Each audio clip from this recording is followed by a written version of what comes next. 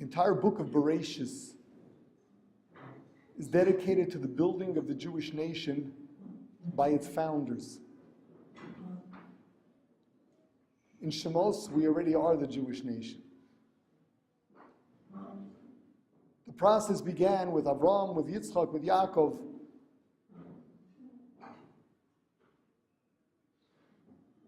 And then it included the Shvatim, the 12 tribes.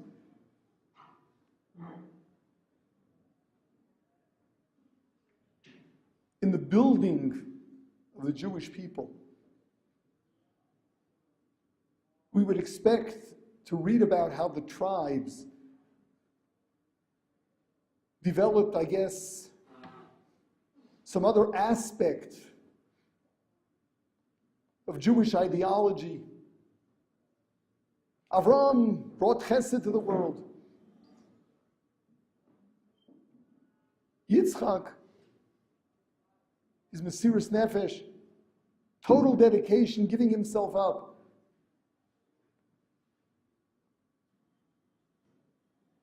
Yaakov, we read the way he was loyal to Lavan, who tried outsmarting him, brought the concept of truth to the world in an uncompromising way. We read about the Shvatim. We read about Yaakov's sons. And what do we discover? I guess an unfortunate aspect of the Jewish personality.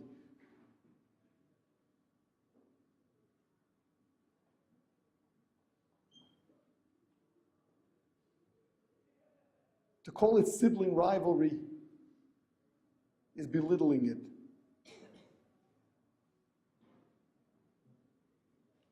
We're talking about giants, the founders of the Jewish nation.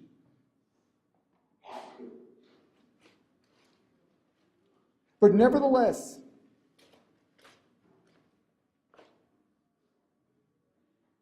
it involved fighting, real fighting.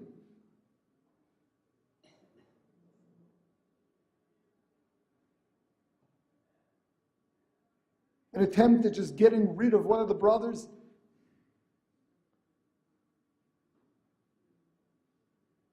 Which eventually led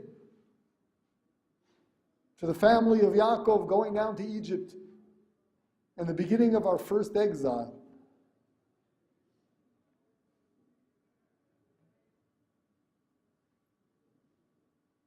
Of course, this is unfortunate.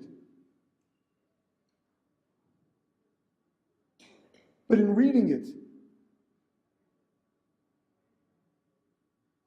is there any way we are to view this as part of what was necessary to build us and what we are made of?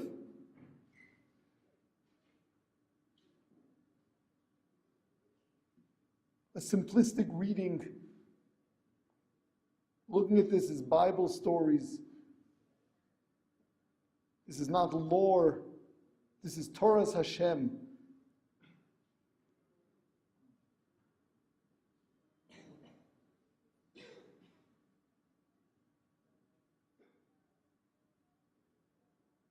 Obviously, we're dealing with a major dispute here.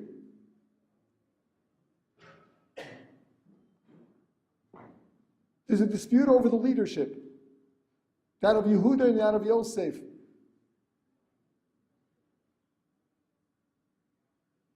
Yehuda,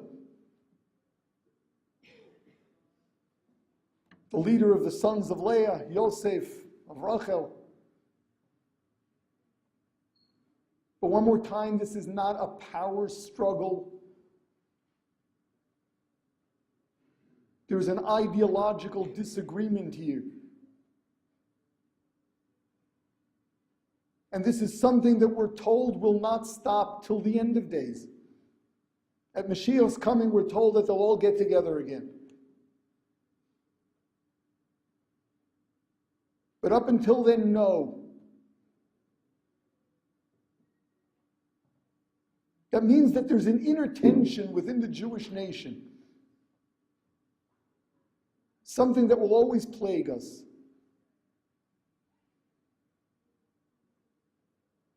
And we have to be understanding of that in order to understand what Jews are like.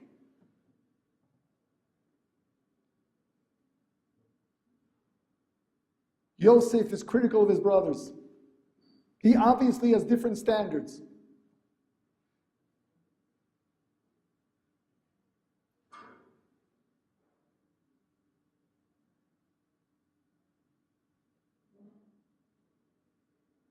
He was the closest of his brothers to his father.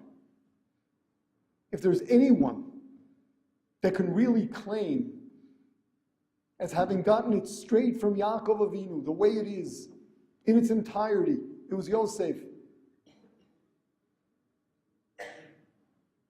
His criticism of his brothers was because of his sensitivity. Because he saw things from a higher and more sensitive perspective. To him, every nuance was something drastic. Made major accusations. He accused them of doing terrible things.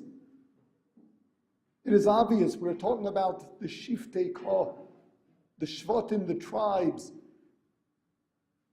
the sons of Yaakov, the ones who built the Jewish nation.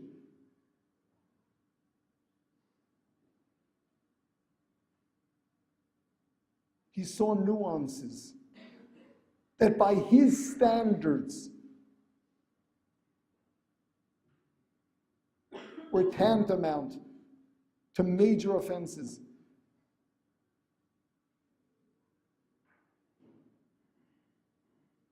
Where were they coming from? Where were they coming from? Did they recognize his greatness? So there's those who say no. They saw personal ambition.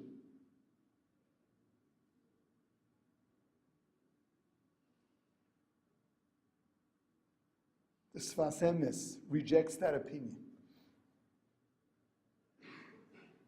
The same way one does not belittle Yosef, one does not belittle the brothers.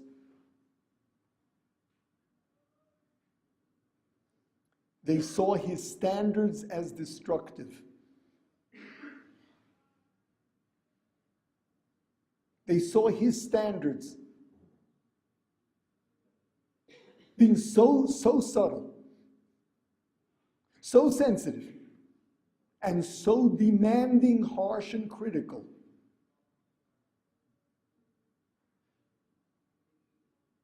As something that's just not livable. They saw this as a threat. If this is to be the leadership, the direction of the Jewish people, it just couldn't last.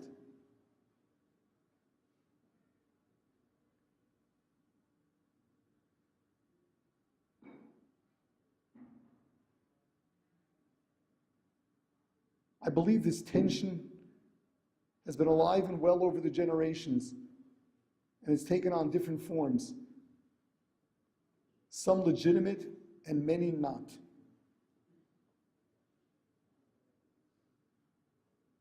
The balance between sharp, absolute truth and what I guess we can call livable.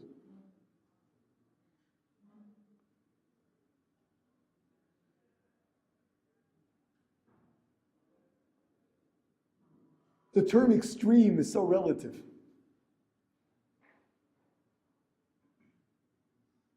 You know, to the world out there, every observant Jew is an extremist.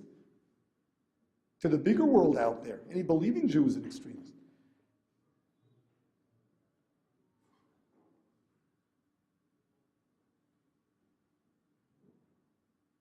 The question is, to what standards do we hold ourselves responsible?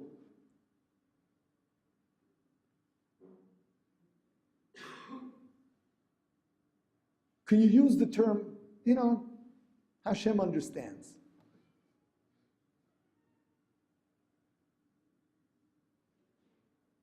When are we being human?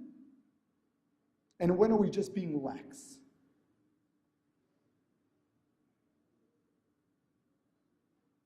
This is one of those difficult questions.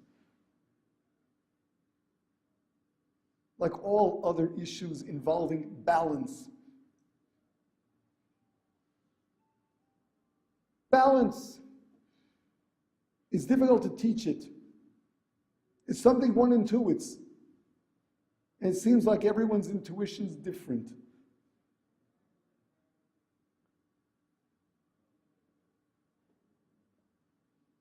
At what point would we say that you're just being honest, you're being real, you're living truth? And when do we say you're going off the deep end?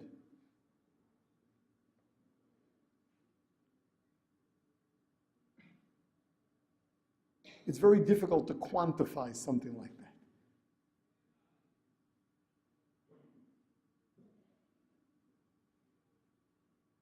I think it's so important that this be discussed here. Because on the one hand, if you're if you're being presented anything less than the absolute truth, we're being unfair to you.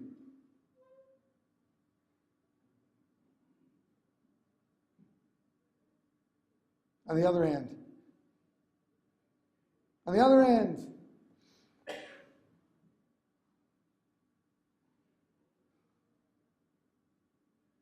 it's so easy to go off the deep end. It's so easy. How do you develop a sense of balance? You see, in this story, Yosef is the victim. And he's the victor at the end because he turns out to turn into the person he dreamt about. Yes, they all come about to him. He rules over Egypt, which meant that he ruled over the world in those days.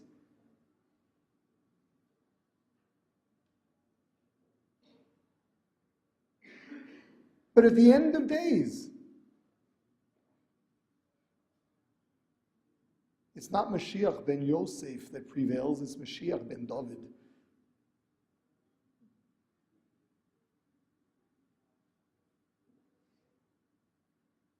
The very end of it is Yehuda's right.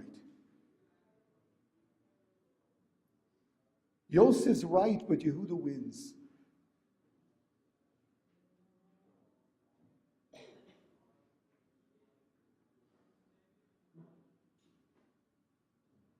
You know, there are other streams of Judaism that claim that we're all extremists.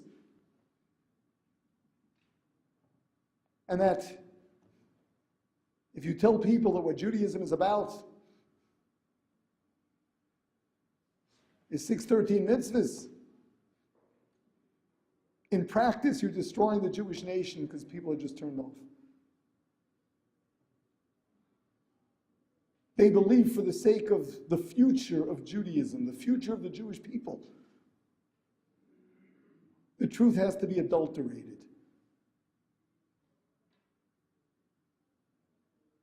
Sounds right. They're Yehuda, no? Are you kidding?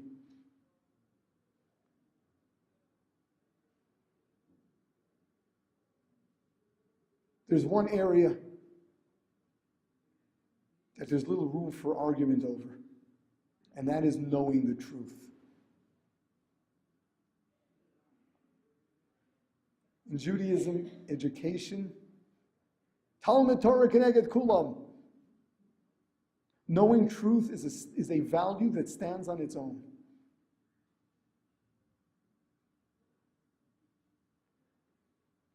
The issue is in learning to live it in a healthy way.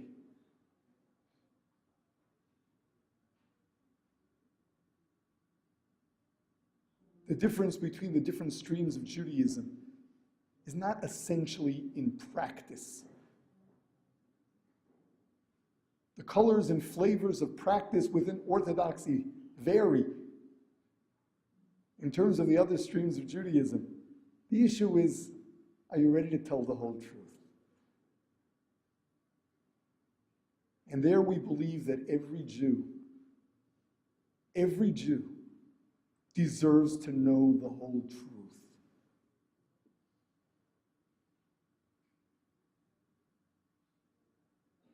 We believe that education, regardless of what one will desire his level of affiliation to be, his brand of affiliation to be, everyone's got to know the truth. The truth is not to be watered down.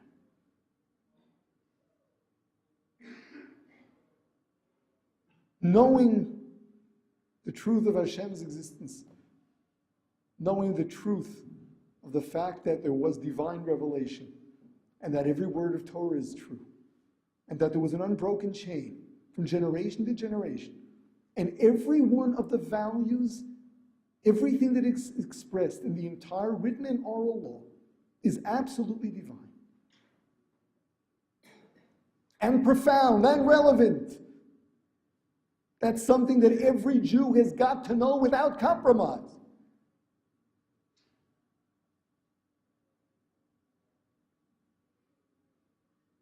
Now we get another issue. What does that look like in practice? And that's where Jews over the generations form different styles and colors. And that's why within Orthodoxy you get the whole spectrum.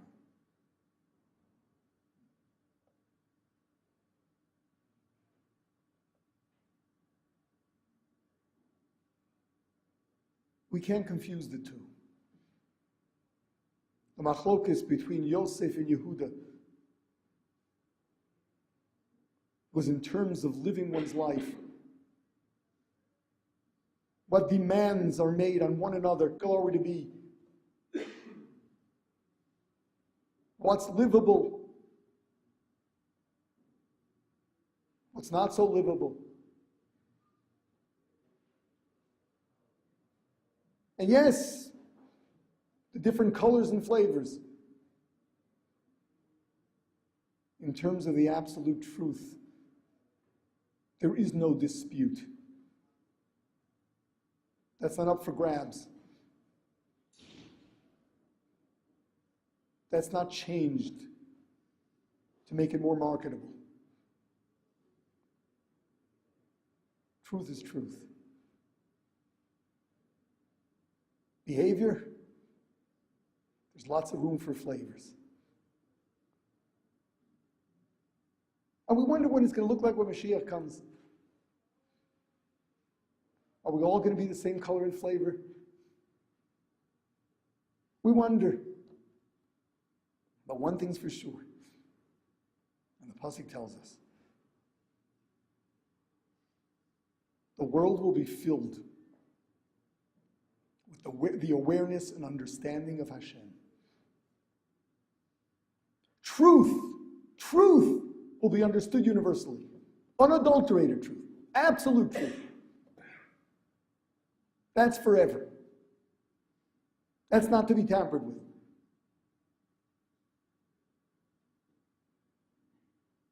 There are no different colors and flavors there.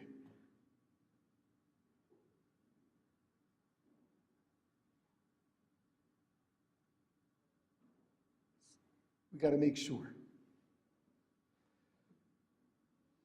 On the one hand, we're not trying to mold every Jew into looking like every other one.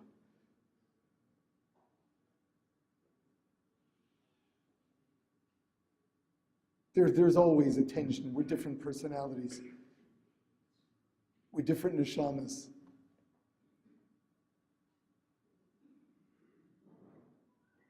But unadulterated truth is something every single Jew deserves to be made aware of. And we got to do our best.